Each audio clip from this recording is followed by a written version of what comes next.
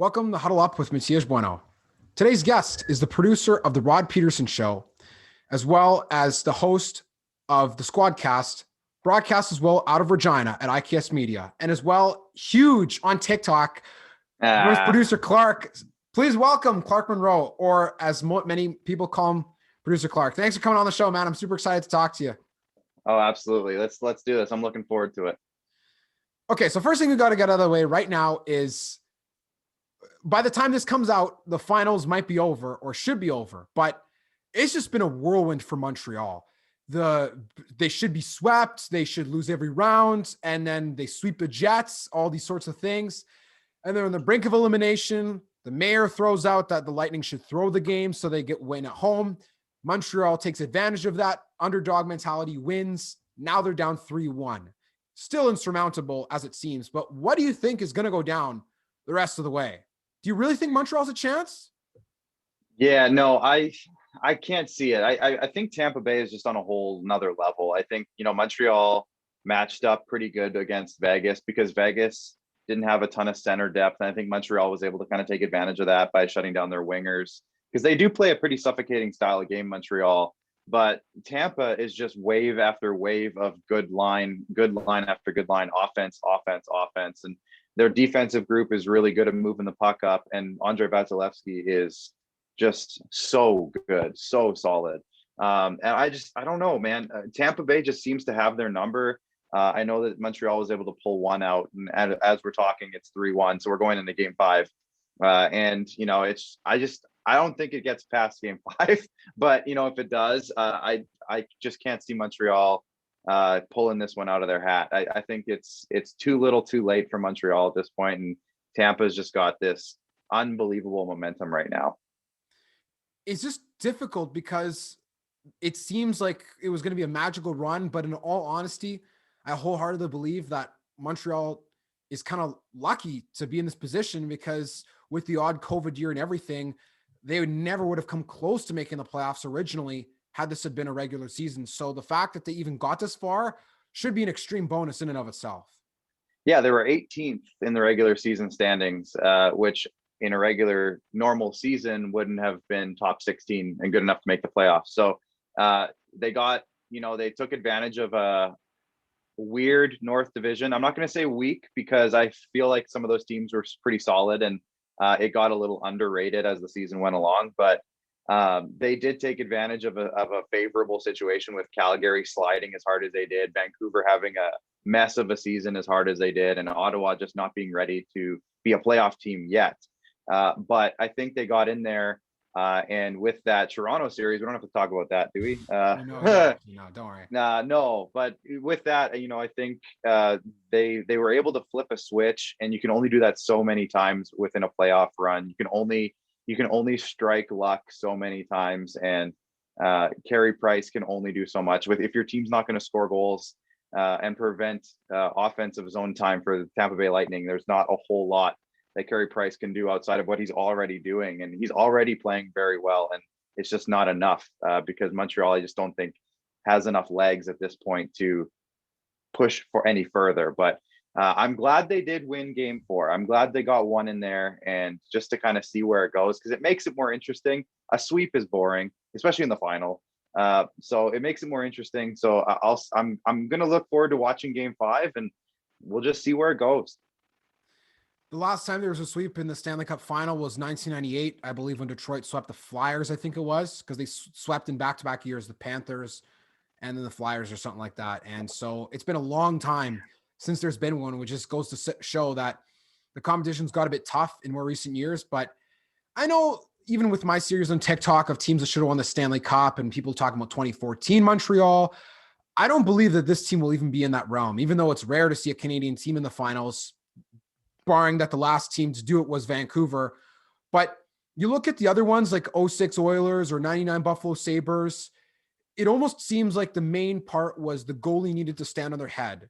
And then what ends up happening is when the players skate fast and take on the underdog mentality, they can shock a lot of people. But when you look at what's happened this year, the magic fairy dust has seemed to run out, and at the wrong time for the hopes of Montreal Canadiens fans. But in all honesty, again, they shouldn't really be here. And the fact they are is a miracle, but who knows what's going to happen the rest of the way. I think they'll lose game 5, but I could be eating my words by the time this is out. So Yeah, no, I totally agree with you though that, I love that series, by the way. And the fact that they're here, just because they're here, I don't think they do fit into that category if they do lose here. But you know what? Tampa Bay would fit into the category if they somehow flounder this.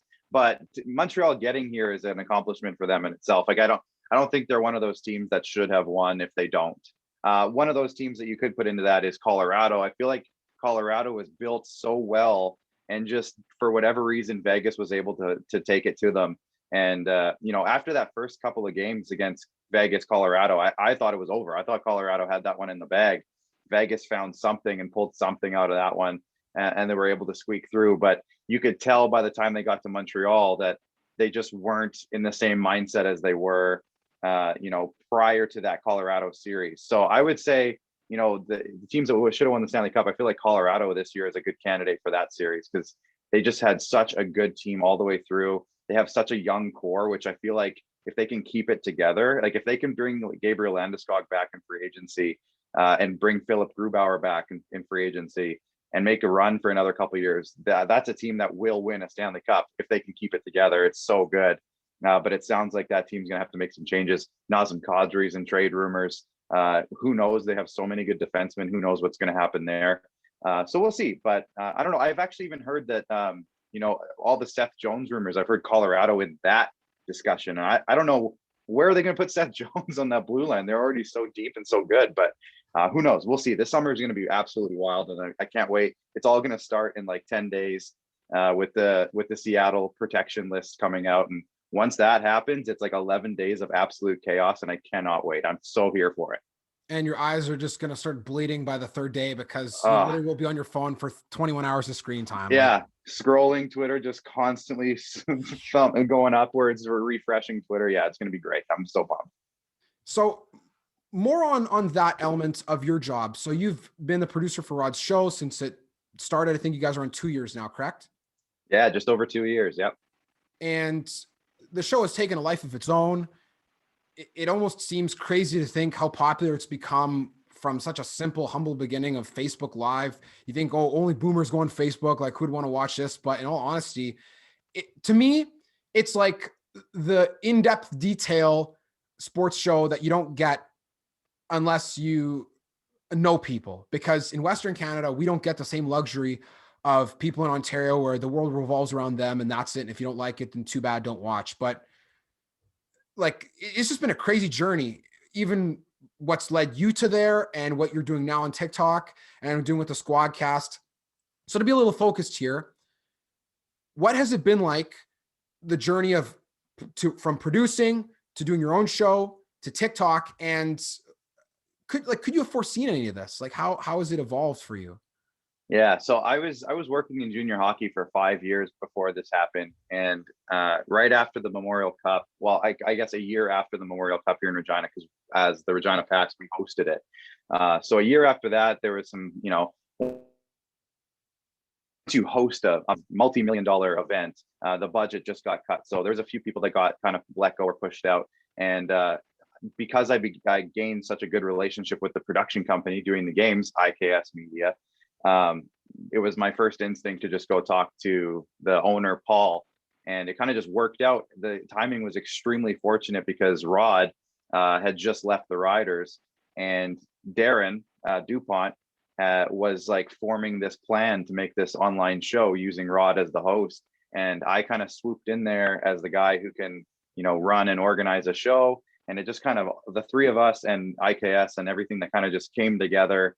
And, at the beginning, like you said, it was a pretty humble show, but we had pretty broad reach right away. And it just kind of led to this kind of whirlwind. During the CFL season, we were very involved in the CFL. Then it shut down. So, we took what we had from our hockey, our base of hockey knowledge and guests and connections. We kind of pushed into that. We gained some NFL connections. We talked baseball. We've gained a lot from the CFL shutting down, which we were never just a CFL show. I should point that out. We were never, but it was a pretty heavy portion of what we were doing. And so from from that shutting down and then the pandemic, I feel like we've grown a lot since everything shut down, which is weird because a lot of different media places were firing people or cutting stations or shutting down shows or whatever because they couldn't afford it. But because we were such a small staff and we were all kind of just working whenever we needed to do, and taking on tasks or pushing in different boundaries or whatever, it just worked, and we just kept going and kept chugging and kept gaining new connections and new friends. And so it was a great kind of catalyst almost to a new level for us, because we ended up getting on national television. We're still digital as well, digital platforms. And so from there, kind of once the pandemic started, we actually took on some interns because we were looking to add some bodies, but we didn't have a budget for it. So we got some great young kids coming in here from university or whatever. One of them being my co-host on the Squadcast, Max Ritz. And we just, every day he was here and we just got into these arguments about different topics. And he was like, dude, we could do a show together. And I'm like, I don't know if I want to. Like, I don't know if I have time. Like, I don't want to take on this whole new task. And that turned into Max he just kept poking me. And, we found a time and we figured out an idea that kind of had a good format to it. And he committed to it because he only had a certain time in his internship. So he's like, you know what, after I'm done, we can keep doing this. And I said, sure, let's give it a shot. We got some sponsors involved and it's gone on. We just finished episode 40 this past week. So we've been going for almost a year now on it. And it's pretty crazy to think about that. But so that happened. And then, I was on TikTok since the beginning of the pandemic, pretty much. I was like, just like every other 30-year-old, 29-year-old joined in, the millennials joined in when the pandemic happened. So I jumped on, I was just watching, and something I noticed was it just seemed like it was all dances and funny trends. That was kind of jokes and stuff like that. And I didn't see a whole lot of sports content. But when I started finding it, it was stuff that I was like, well, this isn't very good, or like, this isn't what I would agree with on it. Typically, this isn't what I would want to watch if I was wanting to watch sports content.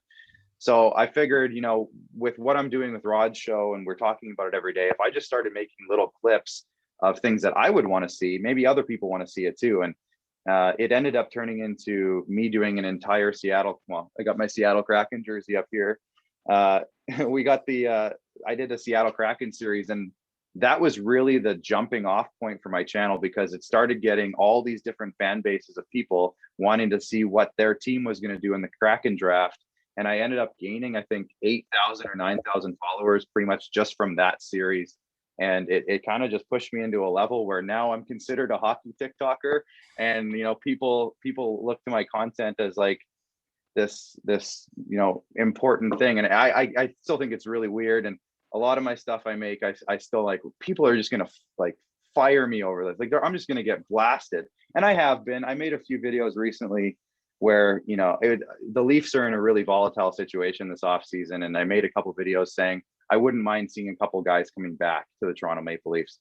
And Leafs fans just want everybody gone right now. They want everybody out. They want new players coming in. They want this best player from over here, and they want this guy from over here. And all I simply did was make a video where I'm like, I think a few guys could probably come back and I wouldn't be mad. And, oh man, I got roasted for it. So anyways, it's turned into a really fun thing that I've just really enjoyed doing. I've made some great connections through TikTok. And yeah, it's just been a ton of fun. So the three things kind of have formed into this now daily routine where I'm thinking about Rod's show constantly, but then Squadcast is a weekly thing. TikTok is just kind of here and there, and I'm always checking it to see what's going on. And it's this great sports routine that I have going on, and it kind of came out of nowhere. It's crazy to think of its evolution, because one thing led to another, that led to another, that led to another. And you talk about TikTok and joining, and again, you're in that stage where you're not like, all your friends aren't just finishing university, but you're not like, everyone their kids are almost done high school or whatever. You're kind of in between. So are you the really young person? Do you side with the older group of people that are in your age range? And the fact you're able to bring this all together is just fantastic, because you look at what's happened on TikTok. I thought the same thing. Oh, it's just a bunch of cringe dances and you're acting like a 12-year-old and whatnot. But then you make a video that blows up and you're like, okay, this is actually pretty cool. Because the way that I feel like the way that my brain is wired to think sometimes is so congruent with the app.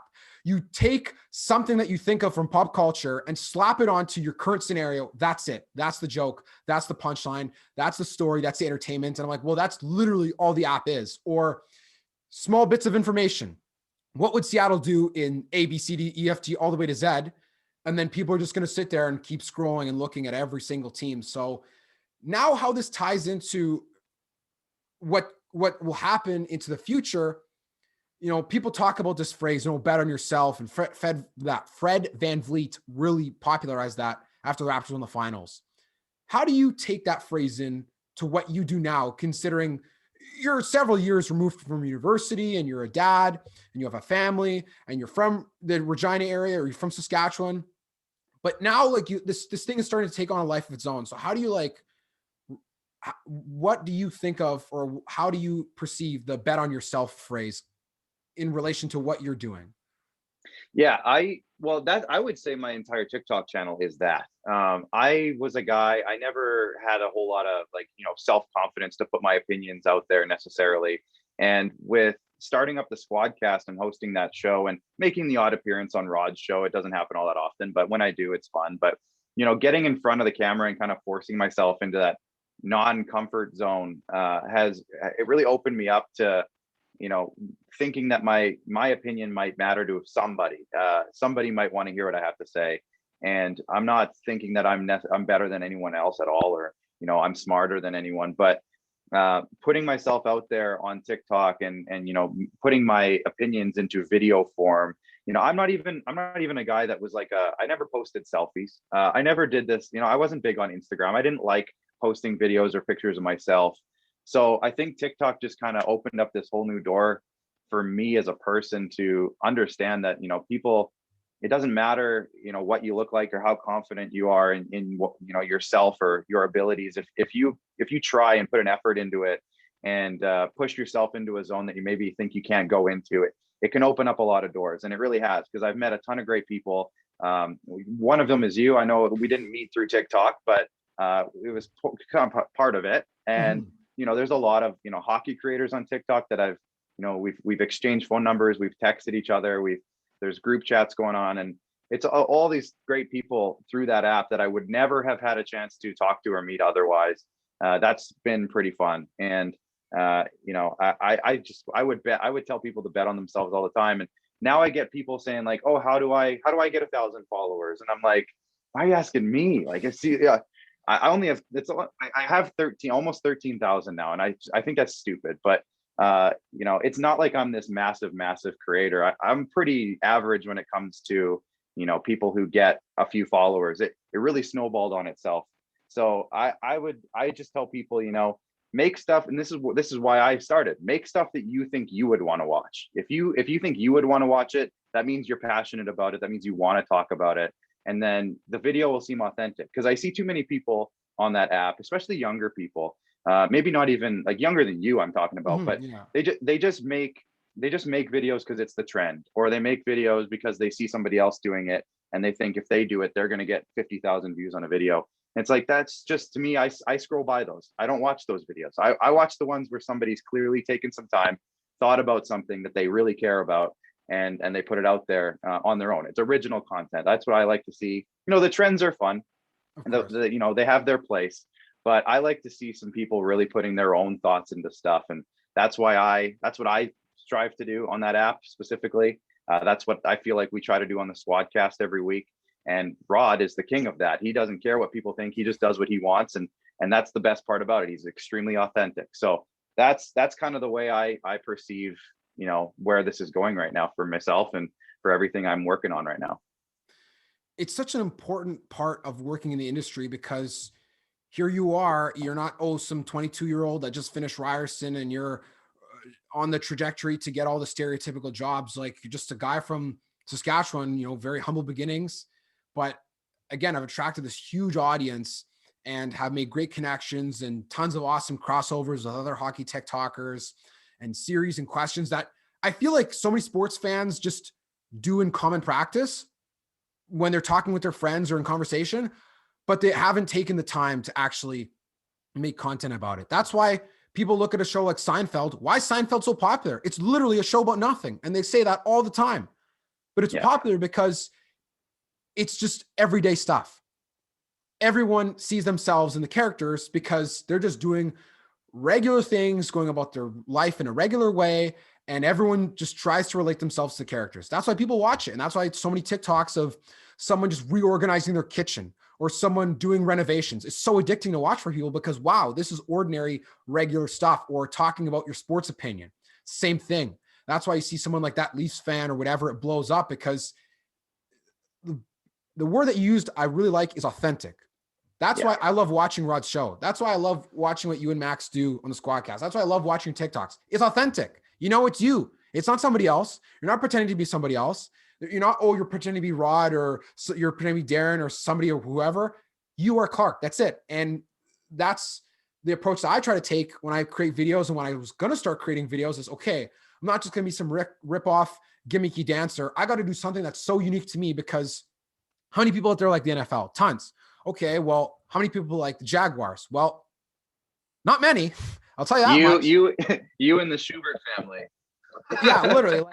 Like, just, and that's the thing. That's what's funny about the app is like every time you're greeted with the comment, there are Jags fans, or wow, I finally found another Jags fan, and that just sets me on fire. I love that stuff. So that's just such a great part of the app and the community and the people you meet and all this stuff, like the power of social media.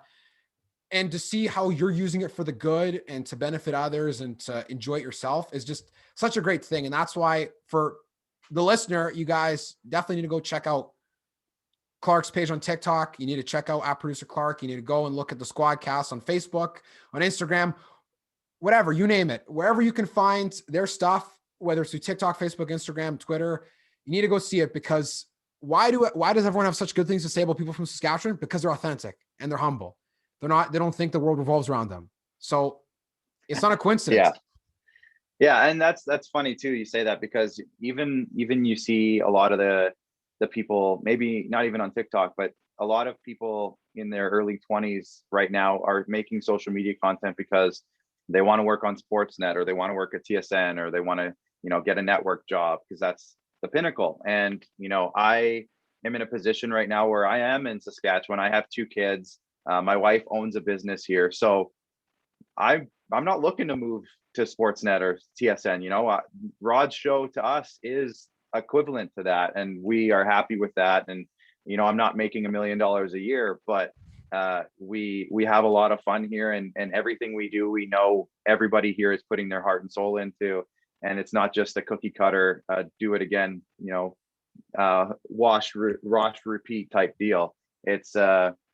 It seems like we're all we're all in it for the same reasons. And, that's what we like, what all of us like so much about it is it just seems like we're all here for the right reasons.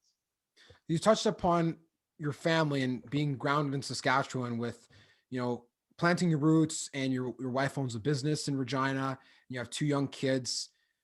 Another phrase that's been thrown out and popularized by basketball is girl dad. After the unfortunate passing of Kobe Bryant and Gianna, that phrase just grew a life of its own.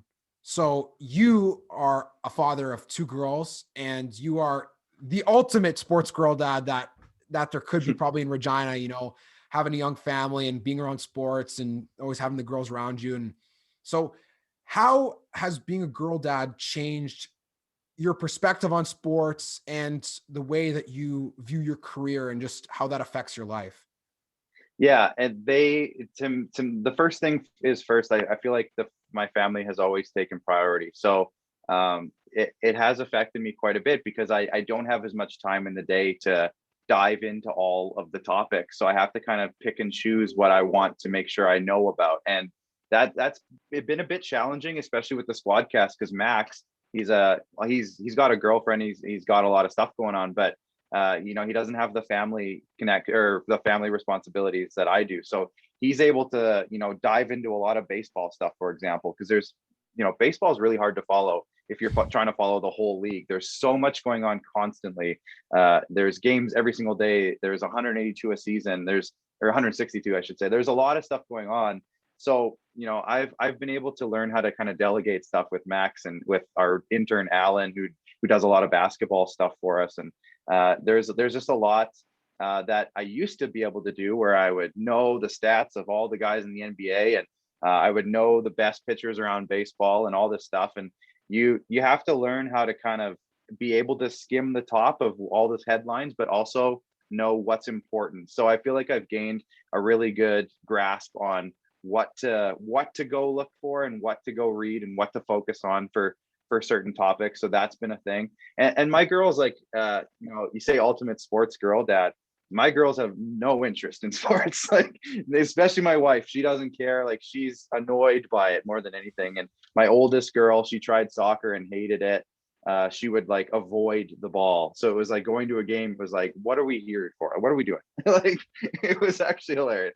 My youngest one, I don't know. She just turned 3, so maybe she'll develop something. But she's super into princesses and dresses, and we'll see what that turns into. But it's been awesome. But I always say to everybody that they take priority, and if it's bedtime for the girls and it's my night for bedtime, I miss the second period sometimes. But you have to learn how to kind of pick up and look at find the right people to follow on Twitter, for example, or find the right things to look at so you can pick out the important parts and be able to kind of catch back up, if you will. So that's been a big learning process for me over the last, I guess, 9 years almost now. And it's developed a lot, and it's all about who in that case, because it's important to figure out how to kind of catch up and get that knowledge base that I pride myself on. I do feel like I have a pride in my knowledge level, I guess, if you want to call it that. So but it is challenging. It's definitely a challenge to think about all the things you have to juggle with having a family, and then doing Rod's show, and then doing the Squadcast, and then being on TikTok and keeping up with trends and keeping up with original series ideas you have, like always just a million ideas and everything flying all over the place. The fact you're able to do what you do with all the responsibilities you have is incredible. First thing. And the second thing is, with how that forces you to just selectively choose what you want to talk about, it almost makes you a little sharper in certain areas, which isn't always a disadvantage. Now, mind you, you're not going to sit there and be the complete statistician encyclopedia, but at the same time, there's only so few of those. So it's not like, oh, everyone else out there knows everything and I don't know anything, right? So that's definitely an important part of how your life has adjusted to having kids younger than most people. Yeah, oh, absolutely. And I do feel like I have, like you said, kind of focused in on certain things. Like, I have a really good grasp of the NHL salary cap, for example. So there's all these people always come chirping at me on TikTok, especially with salary cap things, and they can't sign this guy or whatever. And I've always really enjoyed that side of the game, and I'm gonna say all sports, just building rosters has been a massive passion of mine. So I might not know the backup center for the Raptors, how many points per game he gets, but I do know that if he's making this much money, like, is that effective? Is that being efficient in the roster? And so I feel like I've gotten a really good grasp of that sort of thing. And that's allowed me to kind of look at sports a very different way, especially having worked in sports directly in junior hockey. And I did have a stint with the Riders back in 2012 in the CFL, where I was looking at salaries constantly and doing a lot of that. So it's made me look at sports a completely different way, I feel like, than just your average fan. And I think it comes through in some of my content and some of my ideas in how I look at different things, especially like when it comes to free agency and trades and all those things, where the average person's going to come yell at me that the Leafs should go get Jack Eichel and Mitch Marner's out of town because they could use that money better otherwise. And it gives me a different perspective on that, where it's like, guys, that's not real life. That's not how it works. And so I feel like I've got a good appreciation for that kind of stuff, and that's one of my biggest passions. So yeah, definitely the focus on certain things is, everybody has their niche, and there's a lot of know-it-alls out there, but if you are able to back yourself up on certain things, then you can find your own avenue, your own path, your own niche, where people will respect you for what you say about certain things. And sometimes knowing it all is not the best thing. Sometimes knowing certain things is better. So I like to look at it that way. And that's a fantastic way to look at it, because like, I think it's Socrates or Plato, one of those two said, all I know is that I know nothing. And just Yeah. keeping that humble attitude is the most important thing when it comes to sports, because always be open to learn. You're never going to know it all. There's always going to be someone that knows more than you. We are getting towards the end of our time on today's episode, so we'll ask a few rapid questions, firing round. It goes as fast as we can, and see what kind of answers we get before we part for today. Perfect. Let's do it. Most overrated sports movie. What is it? Oh, there's a lot of them. I feel like there's a lot of really bad football movies out there. Overrated sports movie though, I'm gonna say a lot of people really. Oh man, that's a tough one, Matthias. You got me on this one. Give me a couple of yours. Like, do you have any in your mind? For most overrated sports movie, I would say, oh my goodness, I feel like the Air Bud movies, like, oh, it's so cheesy, it's for kids, but it's just kind of like, well, it's not, it doesn't transcend, like, it's just nostalgia. Like, it's not, there's no substance to it. Like, I know people sometimes give Coach Carter flack, but I would say the opposite. The first thing that comes to mind when I think of underrated, Friday Night Lights. I think that movie doesn't get enough respect, honestly. Everyone's like, oh, the show. No. The movie's better than the show. Let's put that to bed once and for all. So that's where I get overrated, because like that's the inverse. It's underrated, like Friday Night Lights. Yeah. I was never a big fan of Bull Durham, and I know Bull Durham gets a lot of love in the baseball community, but I never really liked that one as much. And there's probably a few other ones that I should be saying, but I'm going to say Bull Durham because there's a lot of great baseball movies where, baseball is such an easy sport to make a movie for, because it's such, the old saying that baseball is a romantic game. How can you not be romantic about baseball? There's a lot of that in baseball movies, but I don't know. I wasn't a huge fan of Bull Durham. It just didn't strike the right chords for me. Major League, though, that's underrated in terms of baseball movies. I feel like that more people need to talk about Major League. I love that movie. Favorite athlete growing up in your childhood, or favorite? So that's an easy one. I can handle that one. So Paul Correa was my favorite guy growing up in hockey. I was a Ducks fan growing up because of the movies. Who was born in the early 90s and wasn't a Ducks fan for at least a couple of weeks. I loved the Ducks. Paul Correa is my guy. Teemu Selanne coming in there. All those guys. They were never all that great. They did make a couple of runs kind of at the end of Paul Correa's time in Anaheim, but I was a big Ducks fan growing up. So Paul Correa is and always will be my guy. And final question. If there was one pro athlete that you could meet, who would it be and why? Well, it would be Paul, probably, because can we say dead or alive? Yeah, like dead or alive, yeah. So I'm going to say, let's go at a guy who's alive, Paul Correa, because growing up, he was just such a huge influence on me. I always wore number 9. I was never we're not the same body type at all, but I didn't mirror my game after him, but always loved that guy. And he's so secluded now in life. He's kind of shut himself away from the world, which is fascinating to me. And I just love to sit down and chat with him. I feel like there'd be a lot to learn from him, because I think he has a lot to say, but he's kind of shut himself out. And I'd love to just kind of break in there and see what he has to say. Dead, I would love to chat with Roy Halladay. Roy Halladay was a guy I really loved as a Blue Jays fan growing up. I loved his style of pitching. I wish I could have been. I always wanted to be as good as Roy Halladay was. And so now that he's not with us, I think it would be just amazing to kind of hear him talk about baseball. He's one of those, I think he was from Texas, kind of a good old farm boy type of guy. And I think his stories about baseball would be just so analytical, because I think he was one of the first pitchers that I remember growing up that was really a student, and he studied more than anybody else. And he could pick you apart so easily. And that's why he was so good in baseball. It wasn't because he could throw 100 miles an hour. It wasn't because he had the best pitches. He had a couple really good pitches, and he was just so precise. And I would love to just kind of hear him talk about baseball for a while. So I'm going to say my two guys would be Correa and Halladay. Amazing answers. You can't take away from either of those athletes in their respective sports, but that's all the time we have for today's episode. So Clark, I want to thank you for having been on, man. It was super, super enjoyable just to get to sit down and dive into more of the details of what makes you, and to learn about the way that your sports fandom and job have intertwined and evolved into something that's just truly amazing. So everyone, make sure follow producer Clark, TikTok, Instagram, Twitter, everything, Facebook. Go check out the Squadcast. Check out Rod Peterson's show. Broadcast every day, right? You guys are on every day? Yeah, every day. Yeah. It's Central Time. If you're in Manitoba, it's 11 to 1 every single day. So midday sports talk, man. It's the way of the future. Let's do it. Get after it. Thank you for listening to today's episode with the producer of the Rod Peterson Show and the host of the co-host of the Squadcast, Clark Munroe.